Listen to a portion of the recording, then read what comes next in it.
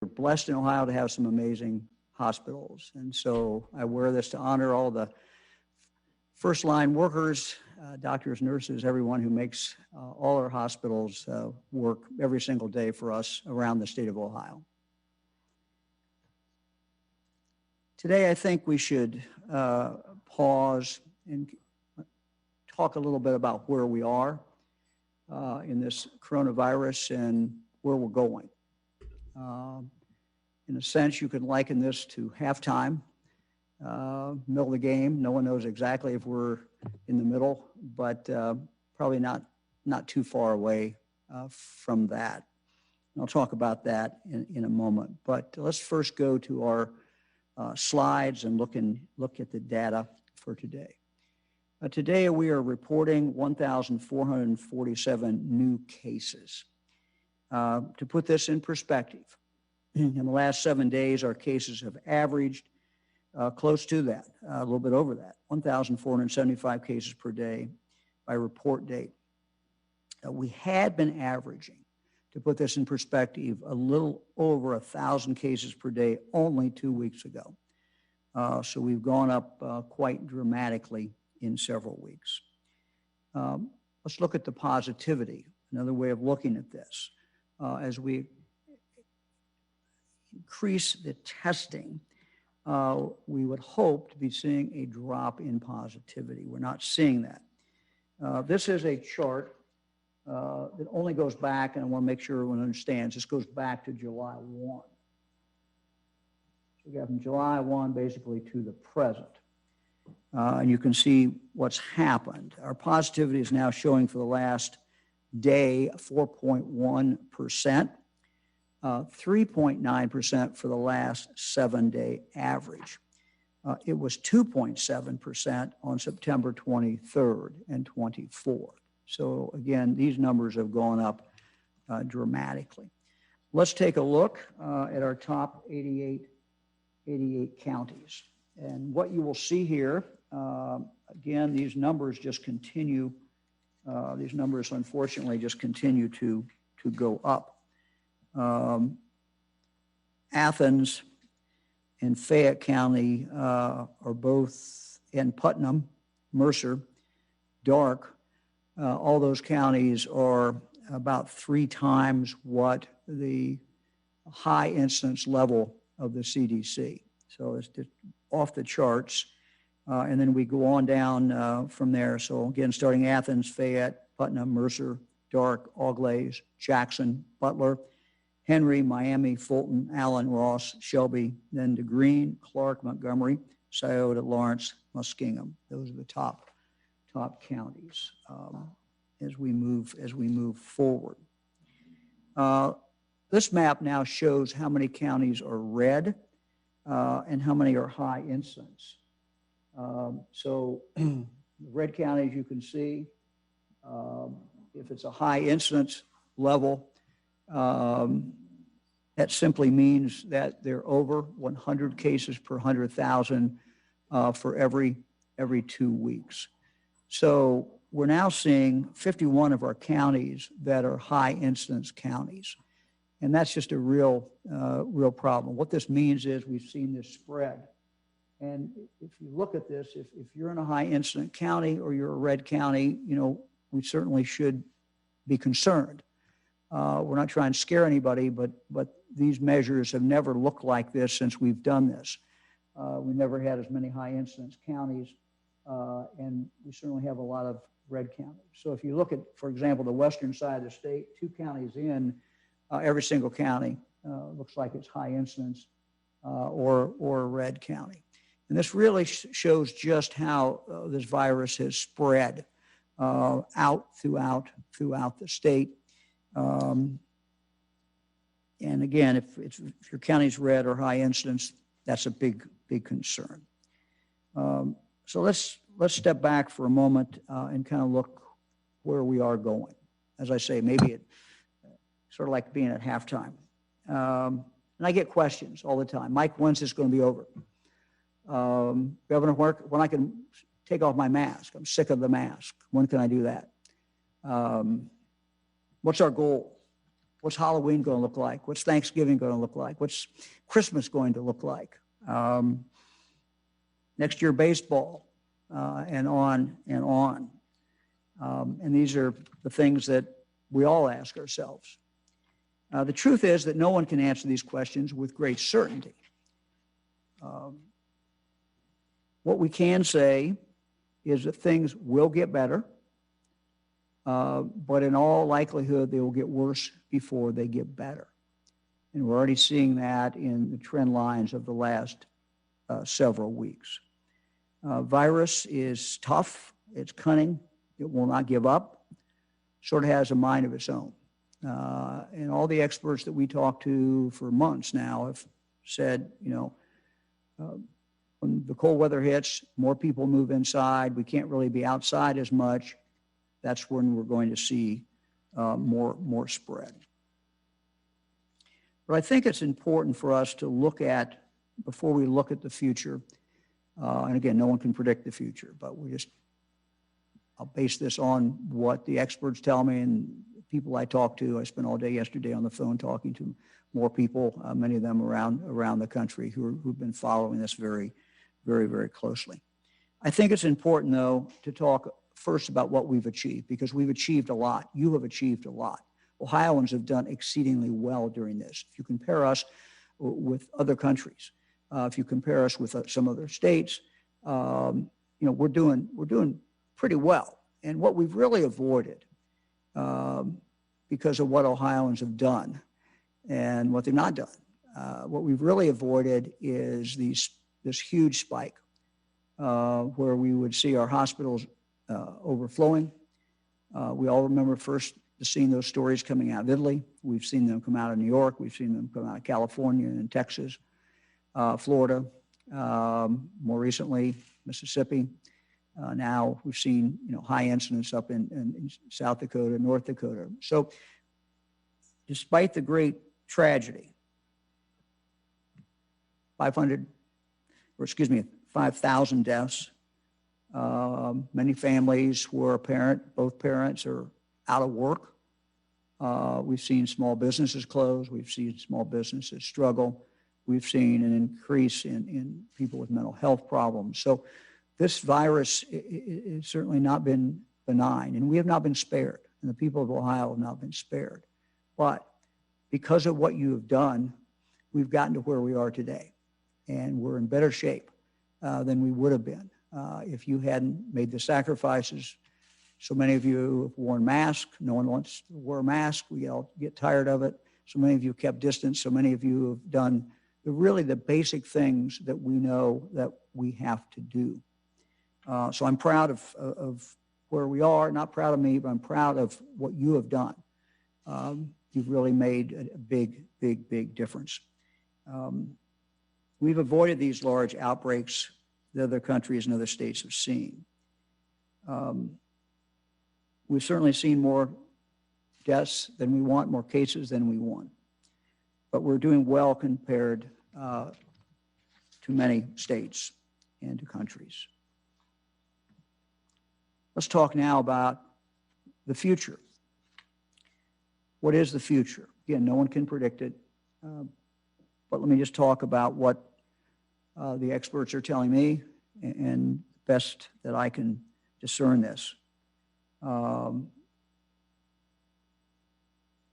We've talked in the past about it could be a tough winter. Could be a tough November, December, January, because we're moving inside.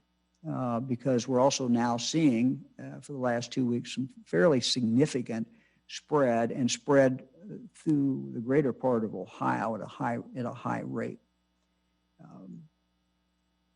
Cases up, positivity up, hospital admissions are up.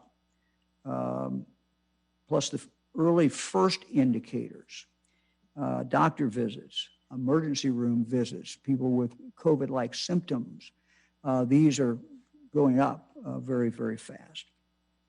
But I think the thing that we should remember, we can control a lot of this. Can't control it all. Virus is not going to go away until we get the vaccine, until we get the herd immunity. But we can control and mitigate a lot of this. We've done it before, and we can do it again. Ohioans are tough. We're resilient. We're workers. We focus. When the goals are clear, when we set our sights on those goals, when we set our sights on victory, we can, in fact, do it and have done it. To paraphrase something a science reporter wrote yesterday that I read, how we come out of this, the final death toll from COVID-19, for example, how it impacts all of us with jobs and business, will really depend on both what we do, all of us do, right here in Ohio. And it will also depend on how quickly we get the vaccine and, frankly, how well it works. Most of us in Ohio are not scientists. Most of us are not involved in this effort, although some Ohioans are. So we can't, most of us, control that. But what we can control is what we do. Let's talk about what we do know about the vaccine. Look, we have every indication that President Trump's Operation Warp Speed, which is being subsidized with a lot of money, where they're subsidizing vaccine companies' clinical trials and manufacturing costs. We have every indication it's working.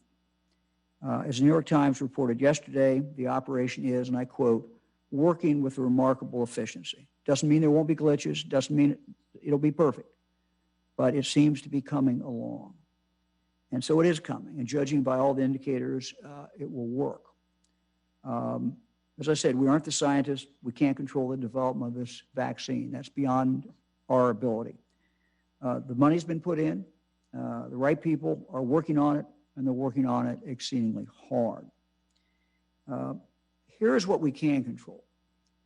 And it does come back to the basics. We can control what we do every day. We can control keeping a distance from other people. We can control whether or not we assume that other people who we are seeing might have that virus and that we back off, keep the distance. We can control, as I said, wearing the mask. We can control whether we keep the distance. We can control whether we wash our hands, whether we take all the normal precautions. And what we do collectively is going to determine, frankly, what the next few months are going to be. If we could get mask compliance up 85, 90% in this state, every county, we would fundamentally change what the next few months will be like.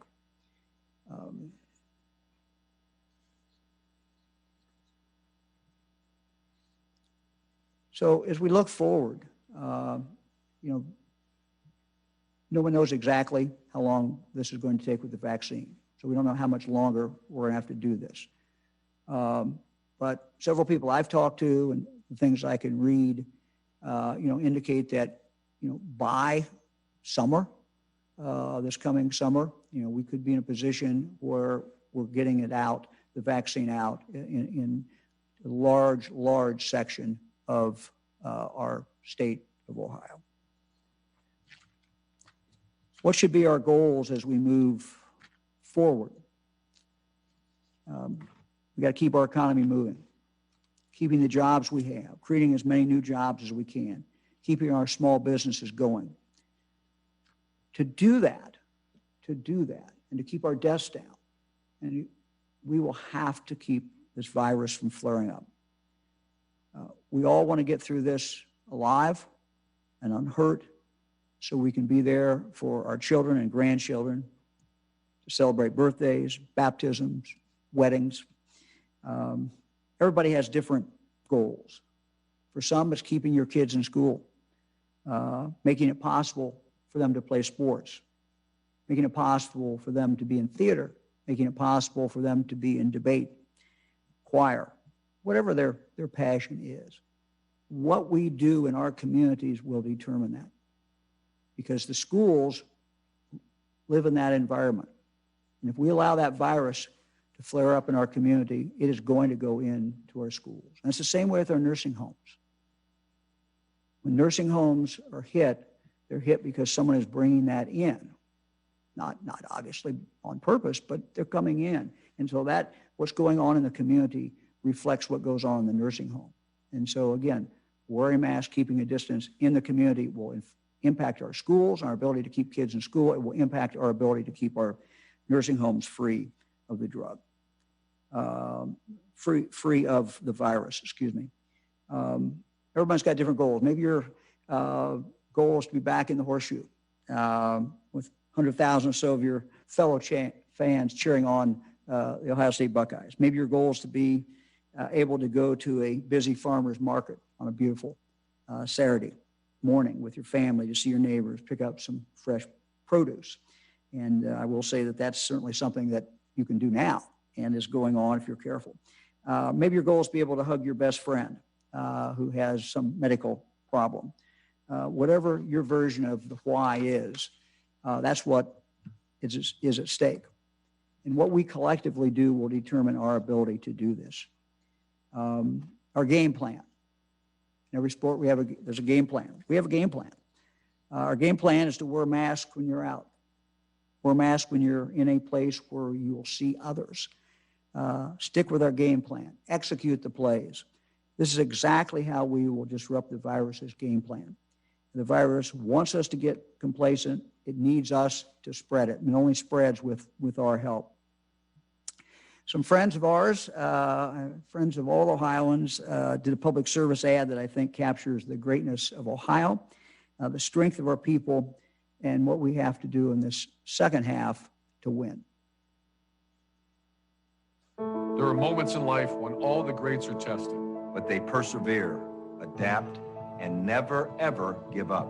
Ohio, that's you. You've saved countless lives and slowed the spread. But we can't let up. We need to stick to our game plan because we know it works. That way we can return to doing all the things we love and enjoy. With our families and our friends. Ohio, when we stick together, we always win. It's up to all of us. Well, we're Ohioans. Ohioans play until the end. Ohioans never, ever give up. And in the motivational words of our coaches, when Ohioans stick together, we always win. And it's up to all of us. Ohio lost two of its greatest citizens yesterday. Joe Morgan, John Ruthven. Cincinnati Reds Hall of Famer Joe Morgan was the greatest second baseman of all time. He was a great base runner, hitter, and most importantly, he was a gracious and genuinely nice person. I had the occasion to meet him, I think, twice, and he was amazingly gracious. He's a person who mastered every detail of the game of baseball. Fran and I saw him play many, many times with our older children, Pat and Jill, Becky and John. It was a thrill to watch him during the years of the Big Red Machine. Later, as an announcer, he had a unique, I think, ability to explain what was happening on the field to the average fan. Our younger kids, Brian, Alice, Mark, and Anna, probably knew him more as Mr. Sunday Night Baseball than they did even as a baseball player. He was the voice of Sunday Night Baseball. He was truly a master at explaining the why of baseball, why something happened. He also used his talents in the business world and for charitable causes right here in the state of Ohio. And we extend our condolences to his family, to his teammates, and to his friends. Yesterday, Ohio lost one of its most gifted artists with the death of John Ruthven. Born in Cincinnati, spent more than half his life living on a 165-acre farmhouse built in 1836 in Georgetown, Ohio.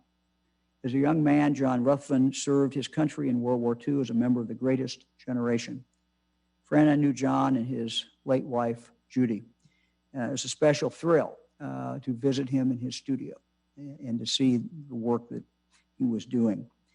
He used his talents to paint Ohio's great varieties of animals, plants, as well as world's natural treasures. His painting of our state bird, the cardinal, was used for license plates and earned $5 million for the Ohio Division of Wildlife.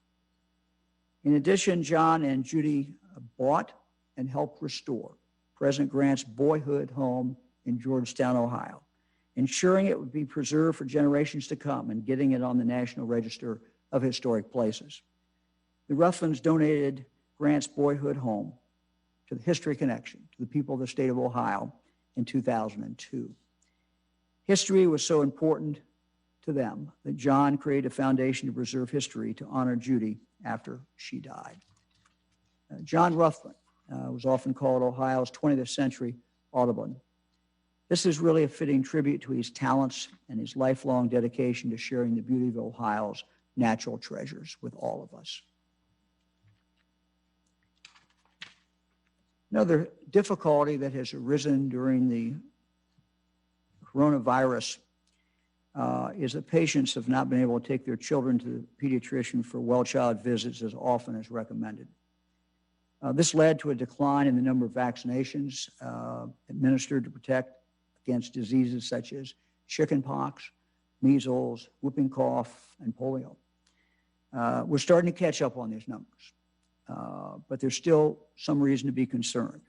There's a danger that these diseases could easily spread if children are not vaccinated. We've seen during this pandemic just how important vaccines can be. While we do not have a vaccine for COVID-19, we can prevent more than a dozen other diseases from harming our children in our communities, and we can do that right now. I want to share this public service announcement, which you will see more in the coming months. It stresses the importance of childhood vaccines in the care of our children. This boo-boo tells a story. It's a tale of perseverance, ingenuity, and love. This boo-boo is hundreds of years of science and technology. It's protection in the battle against disease and illness. And while we continue to fight COVID-19, childhood vaccinations are more important than ever. This boo-boo, it's love in its purest form.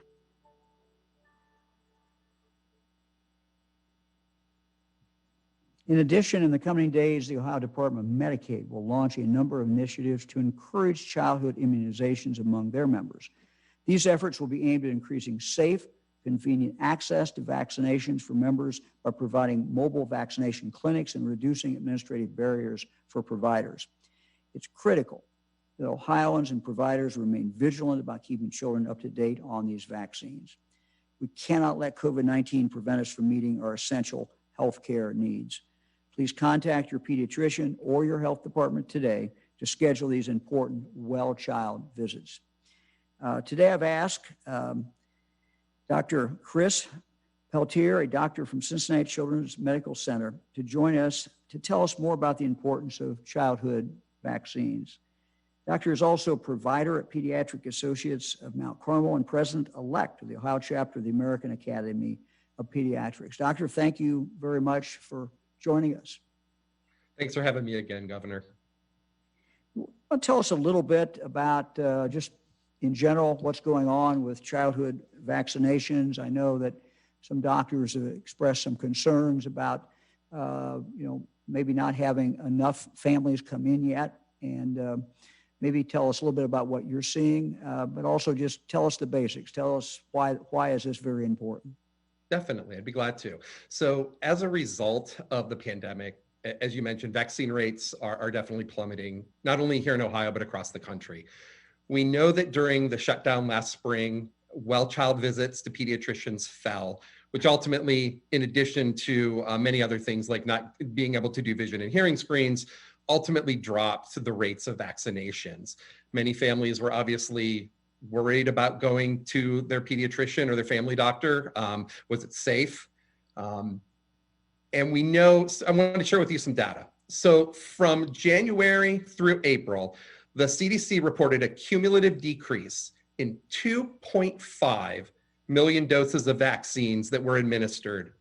And just looking at the measles, mumps, rubella vaccine, the CDC noted a national decrease in over 350,000 visits. There's a national group of independent pediatricians that it really involves about 1,000 pediatricians that share the same electronic health record.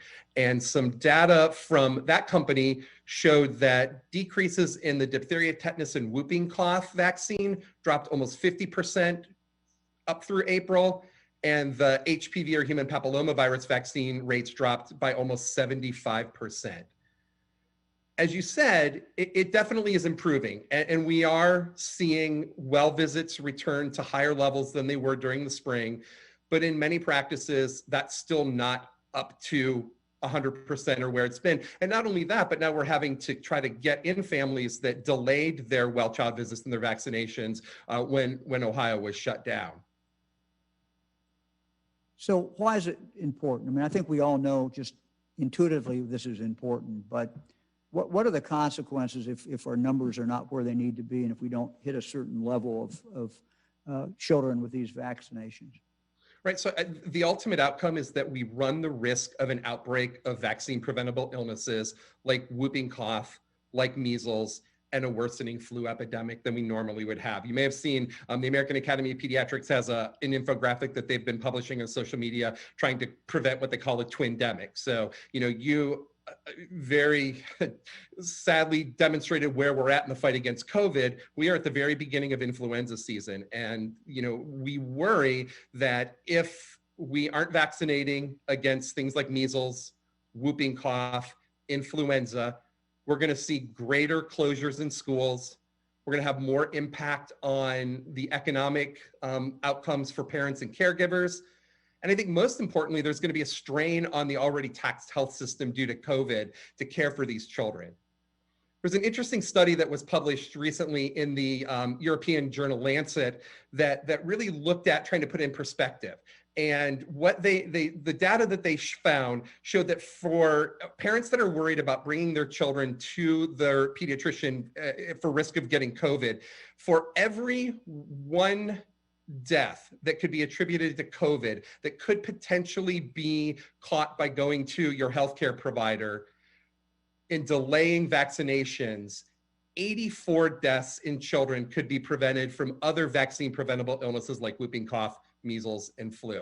Now, of course, we're not, one death is too many, but it just sort of puts it in perspective when we're saying, if a parent doesn't want to bring their child to the pediatrician for fear they may get exposed to COVID, that one possible prevention of a death could result in 84 other preventable deaths due to other illnesses. Failure to vaccinate against these kids, or failure to vaccinate against these diseases leaves our Ohio children unnecessarily vulnerable. And with COVID-19 transmissions running high, as you so eloquently stated at the beginning of this press conference, it's more important to vaccinate kids against all preventable vaccine illnesses, but also influenza. And the American Academy of Pediatrics recommends that everybody aged 6 months and up should be vaccinated against influenza, ideally by Halloween. We have the Ohio AAP has a social media campaign right now, no boo without flu. So trying to get your flu vaccine by Halloween. And the whooping cough is not something that we think exists anymore, but it does, right? We've had, occasionally there's an outbreak that you'll see somewhere in the country, and sometimes maybe even in Ohio, I think. So we see outbreaks every year. It's probably the most common vaccine preventable illness that we see every year. We have outbreaks in our local schools. And the significance of whooping cough is what? Tell us about it. So, it in older children, it can cause what's known as the 100-day cough. So kids can have sort of this nagging cough. They may feel sick. The biggest thing is they're contagious, so they have to be isolated during their contagious period. The real risk is in young infants and babies, and that whooping cough can cause young infants to stop breathing, and ultimately we see deaths every year from whooping cough in young infants. Wow. And pretty much preventable, right? Exactly. Doctor, thank you for joining us. You're welcome. Last question. If anybody's watching this and they have a child, who can they contact if they don't have a doctor? What do they do? Well, so I'm going to just, before I answer that question, I will say for those families that do have a pediatrician, ask your pediatrician, make sure you're up to date. When you don't just save vaccines for well visits. If you're coming in for an ill visit, ask your pediatrician, am I up to date on my vaccines? Can I get a flu shot today? Pediatricians' offices are safe, they're open, we have flu vaccine, and we have all of the other vaccines that children need. If you don't have a primary care provider, I would recommend families go to their local health department. They can go to the health department and get vaccines that both your pediatricians as well as your local health department are completely free of charge. And Ohio has a vaccine registry program that my office participates in, all of the county health departments participate in. And even if you don't have a copy of your child's shot record and you don't know which vaccines your child may be due for, your pediatrician or the county health department can go into that Impact vaccine registry and see what vaccines your child is due for. Doctor, thanks for joining us again. Thank you very much. Very much. Today, we're launching a new dashboard that we hope will be a valuable resource for private entities who are administering COVID-19 tests. We know that pharmacists, nursing homes, colleges, universities, employers, and others are now administering tests, but they may struggle to find a lab to run their samples. Our new lab capacity dashboard provides self-reported information about labs that can run tests, including hours of operation, types of tests that they accept, estimated turnaround time, and locations. It's accessible on our COVID-19 dashboard at coronavirus.ohio.gov under the Other Resources tab, labs with available capacity can sign up to be included in this dashboard by linking to a form on the webpage. This new resource will help connect groups that are testing with available labs in order to ease turnaround times and inform Ohioans their COVID-19 status. Many of you may have heard about the Binax Now testing.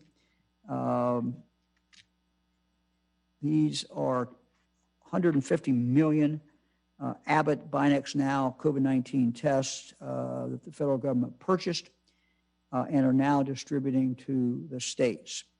As I said, 150 million of these are now being distributed. We received our first shipment a few days ago. These low-cost tests provide a rapid response and are an important step towards ramping up testing at the kind of scale we need in order to limit the spread of the virus. My team and I have been working to determine how to incorporate these antigen tests into our state testing strategy, and we've been consulting doctors and other health experts. We have now started, as I said, to receive these tests. Beginning this week, we are deploying some of these tests to our colleges and to our universities to help them implement the proactive screening plan that we recommend. In addition, we plan to aggressively deploy these tests to our nursing homes. As we know, nursing homes must comply with very significant federal testing requirements. And given the vulnerability of residents, nursing homes have been our priority for testing since the beginning of the pandemic. We're working with the nursing home industry to integrate these tests into our existing testing plan in the most strategic and effective way, and we'll be announcing more of the details as we move forward. Next week, we'll begin sending thousands of these tests to nursing homes for both routine and outbreak testing requirements. As we implement these strategies, we will continue to evaluate our supply of these tests and where they can move the needle in the fight against this virus. I also want to say two things as we begin ramping up the use of these particular tests. First, we have discussed before that lab-based PCR tests are certainly the gold standard and provide the most accurate results. Antigen tests, the Binax tests, and others can have some level of false positives and false negatives. This is a trade-off with having tests that allow us to do some screening testing. We do have protocols to follow up on test results that are most likely to be false, but we need to be aware that this is part of testing at this scale. The opportunity to test more broadly and more often makes this an important step forward in our fight against COVID-19 spread, even with the lower sensitivity and specificity of these tests. Finally, I want to emphasize that no test, not antigen tests, not PCR, are a substitute. Nothing is a substitute for the precautions that we talk about every single day. Wearing masks, social distancing, avoiding large gatherings. And when someone gets a negative test, the great fear that doctors express to us and scientists express to us is that that person will instantly in their head say, hey, I'm home safe, I'm free, and stop wearing a mask or stop social distancing. That is just the opposite of what should happen. Getting a negative test is not a green light to let your guard down. It's a look at your status at one single point in time. Testing is an important tool, but if we're truly going to stay ahead of COVID, it will be through acting responsibly and taking care of each other. There was another tragic week in our state with at least 16 more people killed in Ohio as a result of gun violence. An additional 22 people were shot, including a baby in a stroller. It happened in Cleveland. 5-month-old infant, 18-year-old, hospitalized after being shot on Cleveland's east side. According to reports, someone in a car opened fire, hitting the teen who was outside his home. One of the rounds also entered the house where the baby was in his stroller. Both victims suffered gunshot wounds to the stomach. It's just absolutely senseless. This infant has been on this earth just a few months and already a victim of gun violence. According to the Columbus Dispatch, which is doing a series of reports focused on gun violence in central Ohio, 48 children younger than 16 were treated at Nationwide Children's Hospital in Columbus for gunshot wounds from January through September of this year. 48 children. The report points out that minority children are twice as likely to be shot than Caucasian children. This is just horrific. This is unacceptable. Legislation pending with the General Assembly will help prevent some of these needless shootings. Here are a few more headlines from the past 7 days. 7 days. In Trumbull County, dispute over money led to shooting in Fowler. According to reports, the suspect shot the victim in the torso and neck. The alleged gunman is now facing multiple charges, including having weapons under disability, meaning he was prohibited by law from having a gun. Before that, in Columbus, friends mourn loss of a 23-year-old Ohio State student killed in shooting. This happened on Sunday. A marketing major at Ohio State was shot to death outside of a former fraternity house in the University District. Reports say the shooting stemmed from an argument related to a party. According to court records, the alleged gunman was out on bond, awaiting sentencing after pleading guilty to a felony burglary charge. Because of this pending case, the suspect, under current law, could legally not possess a gun. Yet, he allegedly did so anyway, violating Ohio's weak law on criminals possessing guns, a law that we have to toughen. Now a college student is dead. We must strengthen Ohio's laws as they relate to convicted felons. This is not hard. What we're simply saying is let's model Ohio's law after the federal law. And so someone is convicted of a violent offense in Ohio. They already lose their right to have a gun. What our bill would simply say is that that judge, after that person's been found guilty, if they're found guilty of being a criminal convicted of a violent offense first, and then being in possession of a gun, again, the judge could impose a very heavy sentence. We don't mandate the judge do it, but give the judges the opportunity to do it. Our bill is pretty simple, and it's something that we know will pull some of these violent offenders off our streets. A study that we did when I was the Attorney General, done at Ohio State University. We went back to the 1977, from then on until today. And what we found, or until that period of time, and what we found is the vast majority of violent crimes are committed by a very small percentage of our criminal element. It's those individuals that we simply have to target. That's what our bill does. This bill was introduced by Senator Matt Dolan last October, and it would have prevented some, at least, of these violent crimes that are occurring. I think we're ready for questions. Governor, first question today will be from Jim Oddie at WHIO in Dayton. Hey, Jim. Governor, good afternoon. I want to take you back to your original statement. This is about the terrible threshold that we've reached now, over 5,000 deaths. Going back to March when this all began, did you ever imagine we would get to this point, ever? And secondly, do you have any inkling as to what percentage of the 5,000, perhaps those people, those victims, had other medical problems, other complications, in some way to put this in perspective so that people understand who is actually suffering the most from this? Well, Jim, first of all, I don't think any of us had an idea where this was going. We saw some projections. Some of the projections were higher than this. I think it's a tribute to the people of the state of Ohio that it hasn't been more than this. If we wouldn't have been wearing masks, if people would not have been careful initially, if they had not basically isolated, then when we opened the economy back up, if they hadn't been, many of them wearing masks as they are today, these deaths numbers would have been significantly higher. I don't think there's any doubt about that. But no, I mean, it was hard to envision, that many deaths. As far as what percentage of these 5,000 people had another medical problem, I can't answer that, but we do know that a large number of those individuals were over 70. We also know that many of them who, let's say, were not over 70 had some other medical problem. So I think that's pretty plain.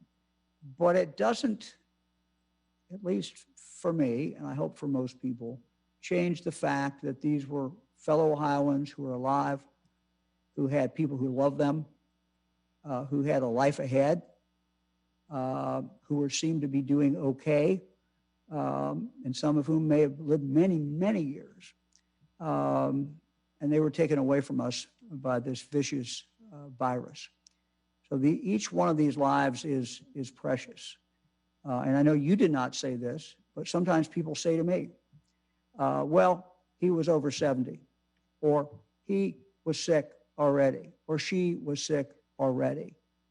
Well, they're still human beings. They still have people that love them. They love people. They had a future. They wanted a future. Their family wanted them around. And sadly, they are gone. That is not to mention, when we talk about the 5,000, that's not to mention the people who've just gone through hell. And we've had several of them on Skyped in who thought they might die, who were separated from their family for months, and who made it. And so we're blessed to have them back, but they suffered greatly. We also have people who have recovered, but who have long-term damage, lung capacity, some organ damage. So the 5,000 is, each one's a person, each one's a picture, each one, was a great tragedy. But there's also a lot of other people among us who have suffered and who don't show up in that column, but they certainly come in another column. Next question is from Dustin Ensinger at Gongwer News Service. Good afternoon, Governor. Afternoon. The state has so far managed to avoid tapping into the rainy day fund, but you previously said that you expect to use all $2.7 billion. Is that still the plan? And do you have any specifics on where you would like to use that money to fill gaps? Well, money's fungible. I mean, you can move it around. It's going to enable us to provide basic services, starting with education, to the citizens of the state of Ohio. So we've taken a conservative approach. I'll be honest about that. We think, while I'm optimistic about what's going to happen, whether it's next July or whenever it is, that this virus, we have the herd immunity and we're, moving forward even a lot faster than we are today. I think we're going to rebound fast. I think we're going to come back, but I don't know that for sure. And, we're going to spend all this, we believe we'll spend all this money over the next several years. And it will be there primarily to do what a rainy day fund is for. And that is to make sure that basic services are provided to the people of Ohio, particularly those people who are the most in need. And so our plan has not changed. Our plan would be to spend it, probably spend all of it, but spend it over a period of probably a couple years. What we did to get through the first to end up last year, we made some cuts, and, we pulled some other things back in. We did a hiring freeze. We did other things. We got on top of it early, but we wanted to save this money, frankly, so that we could level that out as we move forward. And that's still our goal. Next question is from Jeff Reddick at WSYX in Columbus. Good afternoon again, Governor. Two Jeff. things for you. One of them being you said a lot off the top about it's going to get rough. We need to prepare to get rough. You've said in the past we won't shut the economy down again. Would that be in any way no restrictions on businesses that would cause shutdowns? Secondly, we're seeing a lot about the state's R0 number going up. Could you go over what you know of it? Is it continuing to rise? Yeah, the R0 number is about 2 weeks behind, just by its nature. And so, yeah, you're seeing it go up. It is, we don't like that. It's above 1 statewide, but not a lot above 1 statewide. But again, it's really a lagging number. And it's an important number. We look at it. It's on my 42 pages that I get every morning when I get up. But it's, it's one of many indicators. I mean, it's one of the indicators. When I said every indicator is going the wrong way, that included the R0 number, which is what that spread is. You referenced the first part of your question, I think, to potential shutdown. And let me just make it real clear. When I said we're going to have a tough winter, this is pretty much what we're seeing. Numbers go the wrong way in Ohio. And by the way, we're not alone. We're seeing these numbers. I talked to a number of governors yesterday on the phone, Midwest governors. I talked to Governor Cuomo, talked to Governor Beshear, Whitmer, and on and on. And these states a lot of these states, particularly in the Midwest, are seeing the same things we're seeing. They're seeing a real upswing in the rural areas, generally more than the urban, and they're seeing an increase in cases.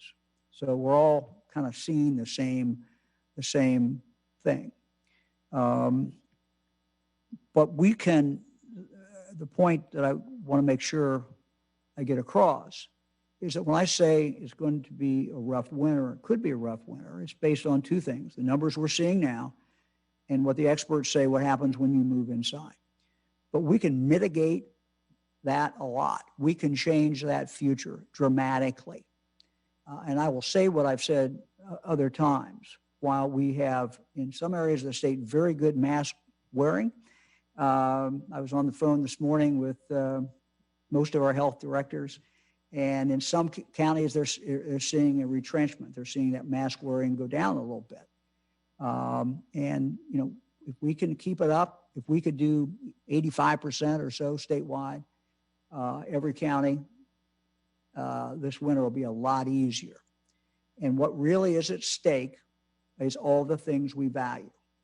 And it's not going to be whether I shut the state down or don't shut the state down.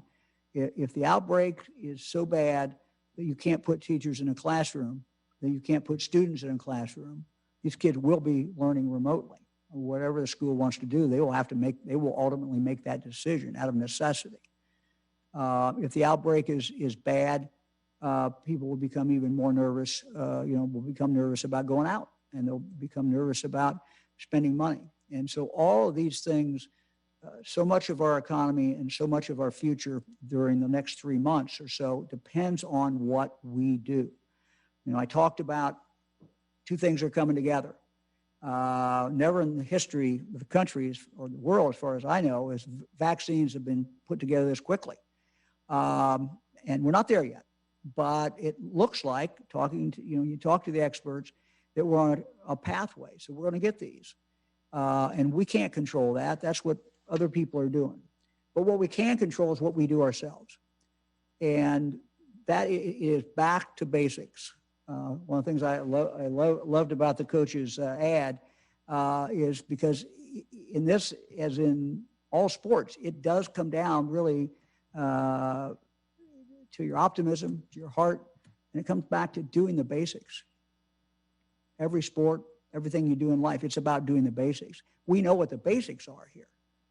And if we can do these basics, we will change that outcome. So I didn't come here today on this absolutely beautiful day in Ohio to talk gloom. I'm optimistic. We've done well, but it's a crucial period. Numbers are going the wrong way. We're coming into winter. And so we got to buckle down and we got to do what we need to do. And when we do that, that mask again becomes our ticket. It's our ticket for our kids to play ball, our grandkids, in my case. It's our ticket for kids to be in school in person. It's our ticket to be able to go out and about. It's our ticket to be able to go to a restaurant, go to a bar. That's what our ticket is. And if enough of us wear it, we'll have the ability to do that. If we don't, it could be a tough winter. So the choice lies with us. It really does. All of us collectively. 11.7 million Ohioans. It really comes down to what we do. Next question is from Joe Ingles at Ohio Public Radio and Television. Good afternoon, Governor. Hey, Joe. I know you've said that you feel like the freedom of speech should be, or political speech should be protected when candidates are coming to Ohio. But in many cases, and especially cases involving President Trump and Republican rallies, the people who come don't observe the mask mandate. The presenters themselves don't observe the mask mandate. They ignore distance spacing. And every time they come to Ohio, employees, people who are not part of the event, people who have nothing to do with having a choice to be there, have to work in those conditions where that's not being practiced. You are friends with the Republican leaders. Have you talked to them to at least urge them to follow the protocol? And have you talked to the president to ask him to try to get people to wear masks and practice more safe distancing and that sort of thing? Yeah, it's no secret what my position is on masks. I mean, everybody in Ohio is sick of me talking about masks. And I think, they understand at the White House what my position is as well. But, Joe, I want to take it one step further. What you just said about a rally is the same thing about any other gathering. And that is that people who don't wear a mask, it's not just about protecting themselves. By not wearing a mask, they could very well be endangering other people who they don't know, who aren't related to, let alone to the people they're related to. So, our message has been clear, crystal clear, from Black Lives Matter, from demonstrations, to Trump rallies, to church gatherings, and that has been, please wear a mask. And the evidence is overwhelming. The jury is returned. It is a unanimous verdict, and that is that masks do in fact work. And there is some evidence now that not only do they help the other person, not only do they help you getting it, but if you're wearing a mask, and let's say you're out, and the other person maybe is not wearing a mask, you get some of this. There's some indication from some scientists that the severity of how well or how much you suffer, how severe is that case, may be related, may be mitigated and taken down by that mask. So we're clear on the message. We can't control everything.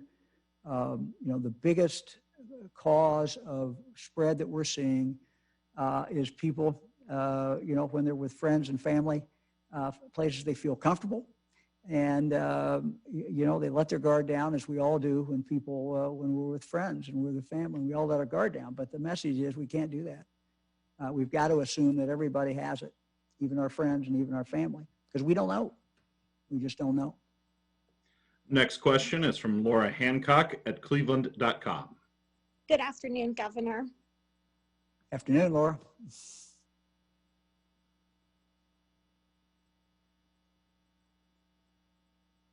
I think we lost you. If Governor, if we are heading toward a second wave, what prediction or what preparations is the state making, Department of Health, your administration, et cetera, to kind of head some of that off? Yeah, I mean, we're on the phone every few days with our hospital leads in our 3 big regions of the state. We're talking to other hospitals around the state. National Guard is involved. So, you know, because we went through this in the spring, you know, everybody knows what they do if the hospitalization rates go up and we get more people in ICU and more people, you know, who have to be on ventilators, for example. So what we're seeing so far is an increase in hospitalization. No area yet is threatened. None of our 8 zones are threatened, but everybody's prepared. Everybody knows what they'll do in case of a calamity. So team's ready. We don't have to have that happen. Not only don't we have that happen, we can keep this virus at a slow burn until we get, until the firemen come, men and women of the fire department come and put it out. And that's when the vaccine is here and we get widespread use of the vaccine. But until the firemen get here, we've got to control it ourselves. And we control it ourselves with mask and distance. And I cannot underestimate or can't state strongly enough, we have it in our hands to control how much this flares up. When you saw those counties, and some counties at 3 times now, the level of high incidence, 3 times. It doesn't have to be that way. If tomorrow, everybody in those counties, those top 10 counties, 20 counties, 30 counties, everybody put on a mask, everybody keep a distance, you can knock this thing down in 2 weeks and your numbers would start going down. There's absolutely no doubt about it. We've seen it happen in Ohio time and time again. When a community has done that, the cases go down. It's not rocket science. Next question is from Danny Eldridge at Hannah News Service. Hello, Governor.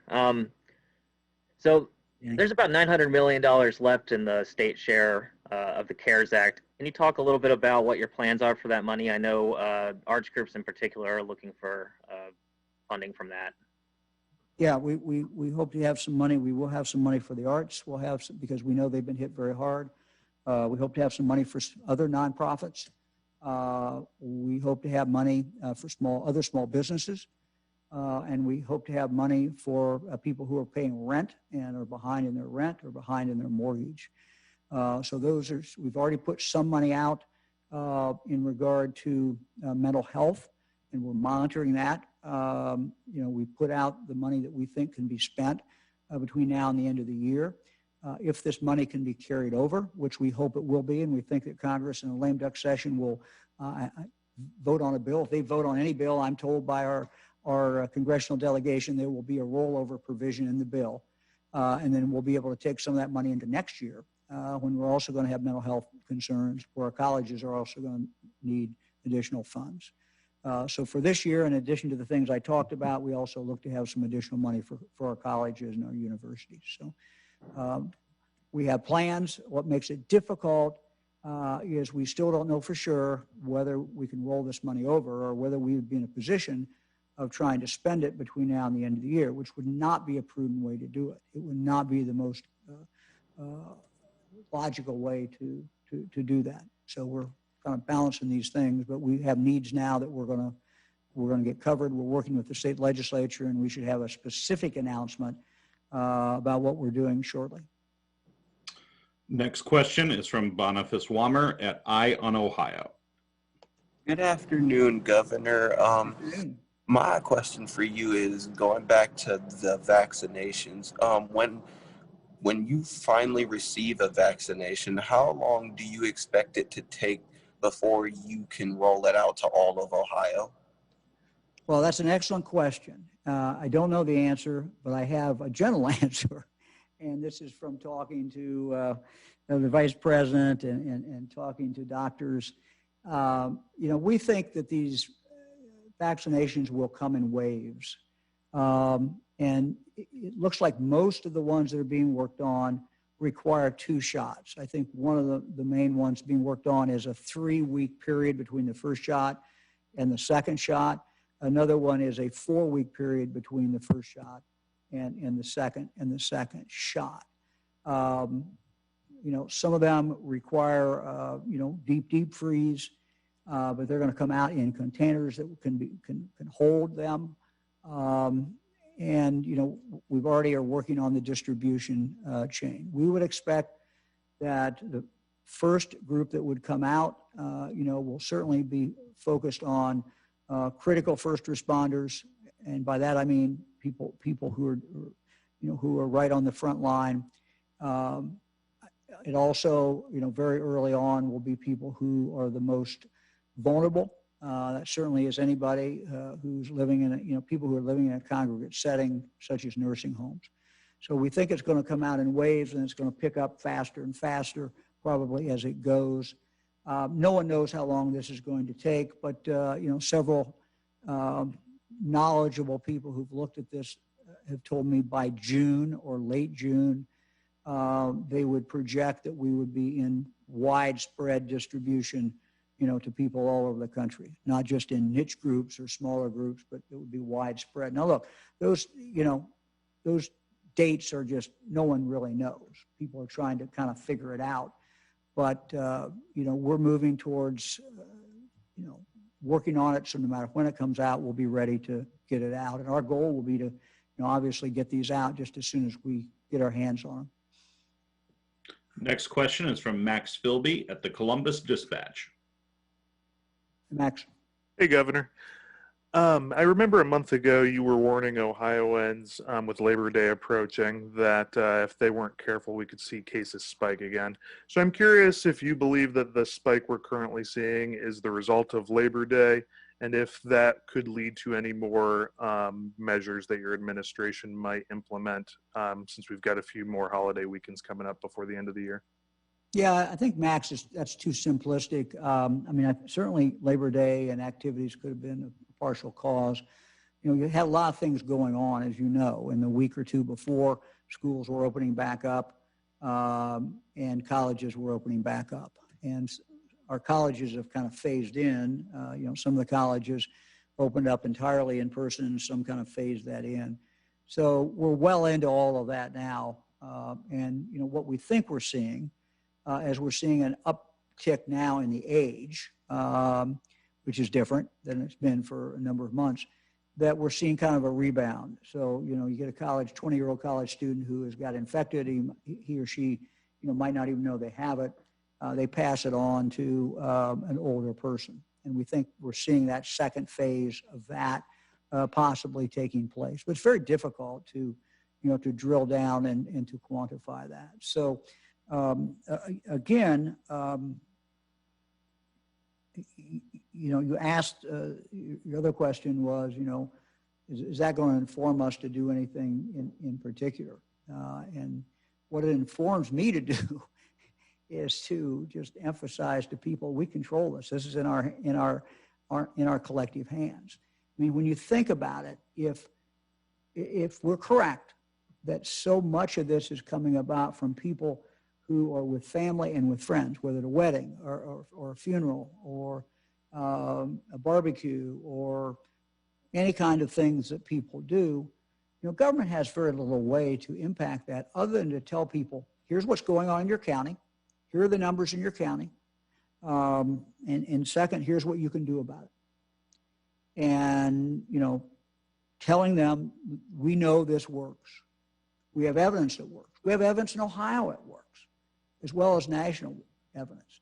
So, you know, if you just listen to the experts, you know, I think it was Dr. Fauci who said, I think it was one of our leading doctors, you know, said basically that,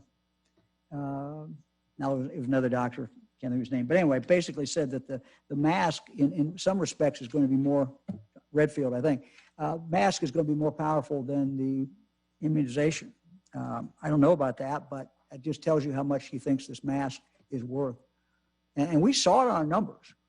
I mean, we can show you graphs. We can show you what happened when our early cities, for example, put on mask orders, and then we came in right shortly after that and put in a mask order for the entire county. And you can see what happened in those counties, and it's phenomenal. You started to seeing the mask wearing go up dramatically, and then you started seeing cases go down. Now, it doesn't mean they don't struggle. It doesn't mean they still don't have problems. But we know, we can show where the mask wearing in Ohio has fundamentally changed the outcome. And look, we're not trying to be alarmist, but if you're at a county with 2.5 times, 3 times the positivity, there's no way it doesn't get into your schools. There's no way it doesn't get into your most vulnerable people, and that is your loved ones, your grandparents, your great-grandparents, your aunts, your uncles who are in the nursing homes. So, you know, it's imperative, if you live in one of those counties, to get control of this virus. And it's not that hard. It is simply, you know, erecting barriers so it doesn't pass from one person to the other. And the best, you know, this is an amazing barrier. And when both people are wearing them, it's really, really good. Next question is from Justin Dennis at mahoningmatters.com. Hi, Governor. Mask mandate, since we're talking about masks, the mask mandate has been difficult to enforce at the local level. And if this is, as you say, our ticket away from the dangers of the pandemic, how can you strengthen enforcement measures? Is there anything new that we can do to ensure compliance, aside from leaving it up to everyone to make their own decision? Yeah, I mean, we're going to, you know, where we have the most ability to control is frankly in any establishment that sells liquor, because we can send in agents, and we do. And if they're not following mask compliance or they're not following distance requirements, then those agents can cite them into the state liquor board. So in those cases, doesn't mean we catch everything, but we have the ability certainly to go in and to do that. But where we're seeing, you know, a great bulk of this spread is families and people just, hey, doing things that normally are great things to do. Our message is you can still do those, but you just got to be careful. And Fran, I've been to a few funerals in the last few weeks, unfortunately, and you can do them. You can do them safely, and everybody can. And you can pay honor to the loved one and see the family and do these things. But when you're talking about enforcement, there is a limit to what government should do, and there's a limit to what government can do. And, you know, we can't go into someone's backyard. You know, we can't go inside their home. We can't go inside that fraternity home. You know, these are things that we don't have the people to do it. But again, if we're going to get through this, and whatever you like to do, whatever's important to you, wearing a mask and keeping distance is the way to preserve the ability to do that. And we're going to continue to talk about that. And in events that we can control, sporting events, for example, you know, it's incumbent upon the people to enforce it, who run it. And when they don't run it that way, then there's a problem. So we can do this in some areas, but when people's most personal, private things, parts of life where we're seeing the most spread, frankly, it's tough. It's not easy. Next question is from Tom Jackson at the Sandusky Register. Hey, Tom. Hi, Governor. Thanks for taking my question. Sure. As you pointed out, we're getting a big rise in cases, although fortunately deaths have not been spiking. Can you give me an idea on whether any lockdown measures are likely to be brought back this winter if things keep going south? For example, could there be more restrictions on bars and restaurants if your appeals for people to follow social distancing and to wear masks don't seem to be having any effect? Yeah, I mean, I think there could be, but I think the more likely thing to happen is that the market itself, the people themselves will react. And I use the example of schools. We've seen some schools that started open 5 days a week who've now pulled back, at least temporarily, maybe to totally virtual or to a hybrid. Why have they done it? Well, they had some outbreaks. They had some cases. They couldn't put teachers in a classroom, or they were, you know, had too many students who were out. So that's what's going to happen. This virus will have the impact right on the ground, right at the local level. and people will have to adjust to that. So, again, the best way to stop that from doing is people in the community to understand what they do directly impacts what goes on in that nursing home or directly impacts what goes on in that school. I want to mention something about the deaths because you make a good point. I think that, and I said this early on, if you can avoid, if you had to get this, you'd want to get it as late as you could in the game because medical science is getting better and better. They're learning, they know what drugs to use and what things to use. There's no cure, but they can mitigate the damage and they can save more lives. So we would continue to expect, and I think our medical professionals would say this, that they will continue to expect to save more lives the further along in this that we go. But the other thing to keep in mind before we get too happy about how we're doing or too optimistic is that deaths are, of course, the last indicator. It's the lagging indicator. I mean, you go through a long process and, someone, is infected. Someone then notices it or somehow they take a test and now they know they've got it. And at some point they get so bad they go to the hospital. And then, they may be in the hospital for an extended period of time. We hope they get out, but if they end up dying, that may be big a period of time.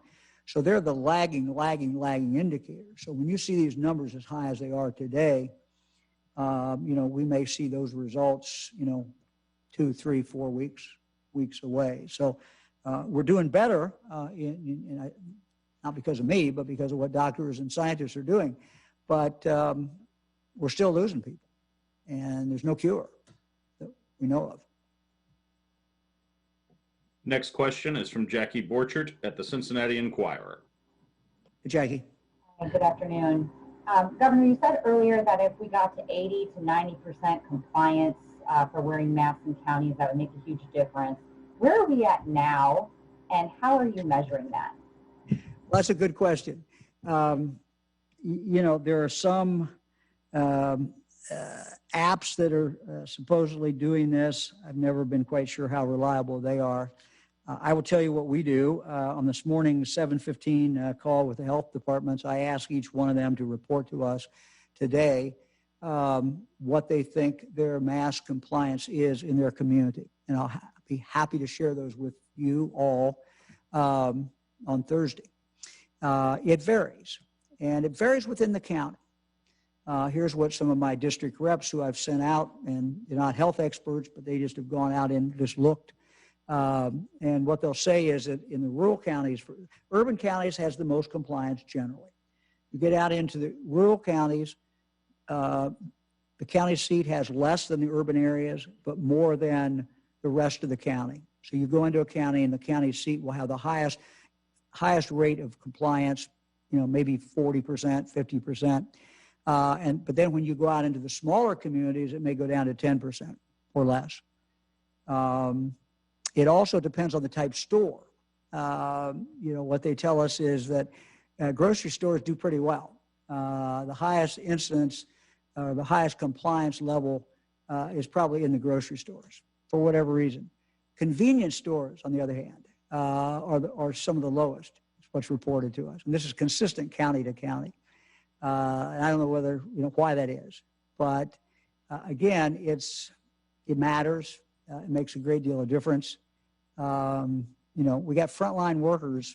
They're not all in the medical field or the nursing home field. We have frontline workers who work in grocery stores, and somebody's out stocking shelves and they've got a mask on and you don't, and everybody else doesn't.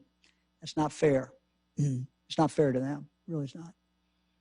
But we'll try to get you that and at least share with you what we have. Again, it's not that scientific, but you can come fairly close, to knowing what's going on in the county. Next question is from Jack Windsor at WMFD in Mansfield. Hey, Jack. Governor, follow up on last week. Since then, we've learned schools are not super spreaders, according to a Brown University study confirming what the CDC said in July. Lockdowns cause mass poverty, and the benefits of normal education outweigh risks, according to the World Health Organization. 85% of those who masked contracted COVID, while only 3% of those who didn't mask contracted the virus, according to the CDC.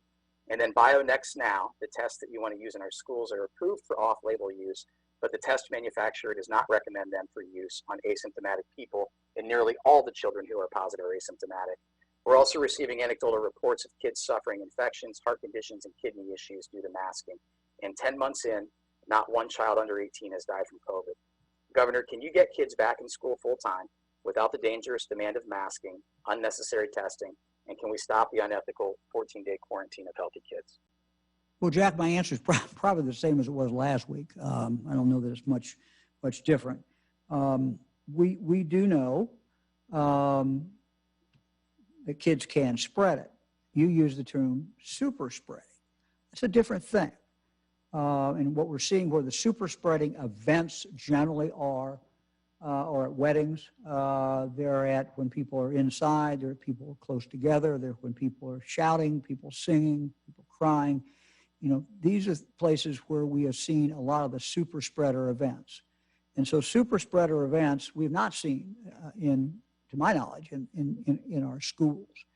We have had some kids who get the virus, but we don't think that by and large, most of these kids are getting that virus in school. We think that spread in school is not huge. From what we can see, we think the schools are doing a very good job keeping that spread from taking place. As I said, we're going to use some tests. These tests, if you use them frequently enough, you can certainly get a pretty good indication of what is going on. And so we have not, in our schools, unless some child is symptomatic, testing has not been very widespread. So we get back to the question that many superintendents have raised to us. And they've said, Sally's sitting here, turns out that she's got COVID, say she got it from her dad or whatever, she's got it. Now we know that. Now we go back and see who she sat with. And for the schools that can't separate by 6 feet, this is where we get into the question. And we try to follow what the CDC said, and the local health department is trying to follow that. And what they have basically said is that, and they've said very specifically, that while masks are important, even though both parties are wearing masks, if they're within 6 feet of each other and they're together more than 15 minutes, that other person should be quarantined. Now, I understand why parents are upset. I understand why superintendents are questioning that. We went back to our health people, and not just work in the health department. I'm talking about people at major universities, hospitals, and to a person, they said, we don't think you can go away from that. We can't advise that without any data. So we're going to try to get some data. We're going to try to look at what kids who have been in that situation and testing them very frequently after that. Let them stay in class, let them stay in school, and see kind of what we come up with and see if they actually do develop that virus. The fear all along from the health experts, at least as I understand it, going back to when schools were closed, has been that particularly kids over 10 can, in fact, any child can get it, but children over 10 are more likely to be spreaders. And so you take that back, even if they have no symptoms, never know they've got it, they go take it back to their family and it spreads out from there. But we continue to learn, we continue to get data, and we're trying to inform what we do in Ohio by that data, and we're going to do our own experiment under the guidance of the Ohio State University and see what comes of that and take that information and help it inform what we do. Next question is from Laura Bischoff at the Dayton Daily News. Hi, Laura.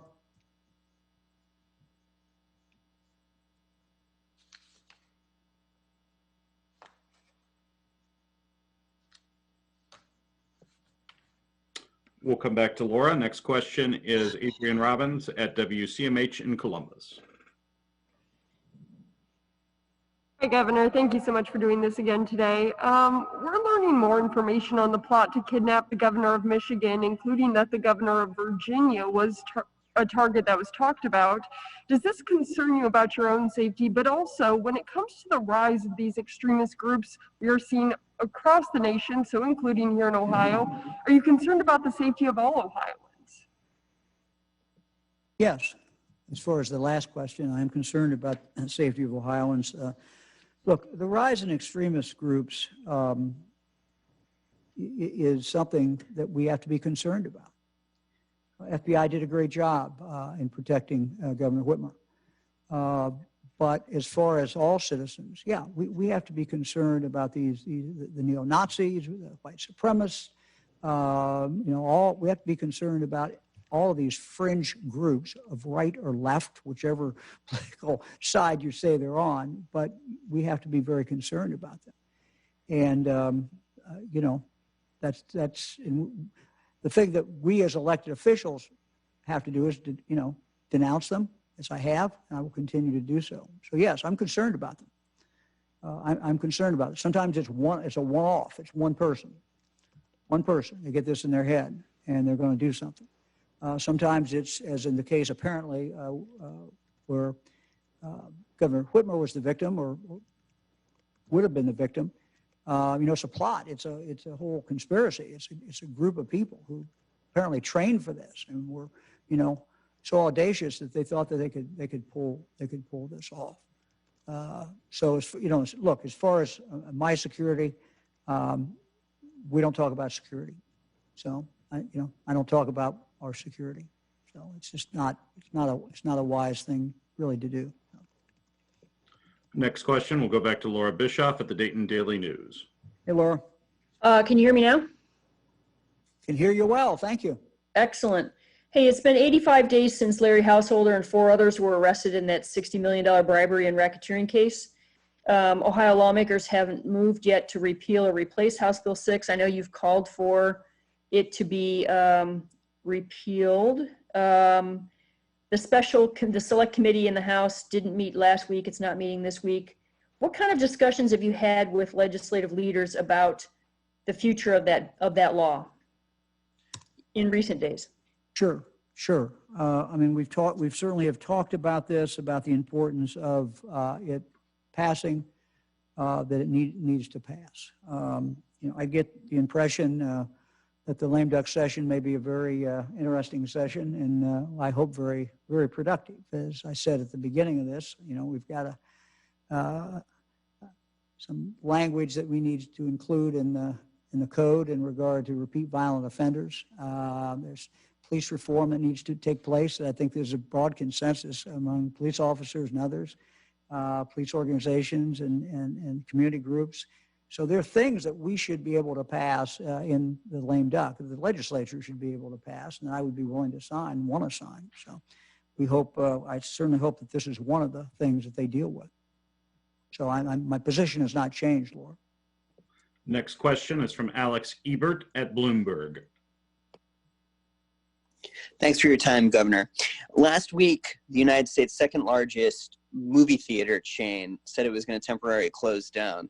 I'm a big fan of taking my daughter out to the movies, and I'm sure everyone in Central Ohio has seen the AMC over at Easton Town Center. Is there anything the state is going to do to try to prop up movie theaters and theaters in general during these hard times to prevent them from closing? Thank you, sir. Yeah, well, Fran and I love movies and love taking grandkids, love just going.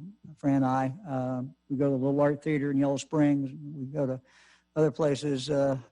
So it's always something we enjoy very, very much. We do have, we can't announce this yet, but in the money that we're setting aside, we hope to have money, we'll have money for theaters, performing arts theaters in Ohio. And look, it's not going to put them back where they were or where they would have been, but we will have money in there for that. I don't anticipate money directly for movie theaters, although they may qualify under something else. Governor, next question is the last question today, and it belongs to Marty Schladen at the Ohio Capital Journal. Hi, Governor. How are you? I'm good, sir. Good. You are undertaking a process to make Medicaid more effective in Ohio and bring about better health outcomes. But at the same time, you're supporting a nominee to the Supreme Court who's going to have a vote on the ACA on, well, if she's on the court sometime after November 10th. And she's been critical of earlier jurisprudence upholding it. Are you concerned that she may strike down the ACA and that about 500,000 Ohioans who are covered under the expansion population might lose their insurance, in addition to all the people who have protections for their pre-existing conditions now that they might lose? Yeah, thank you for the question. I think there's a real consensus in this country and among members of Congress, governors, the pre-existing has to be covered, that nothing that hole has to be filled, has to be covered. Keeping insurance until your child is 26 has to be covered. There are other things that clearly have to be covered, where I think that we have emerged in this country, there has emerged clearly a consensus.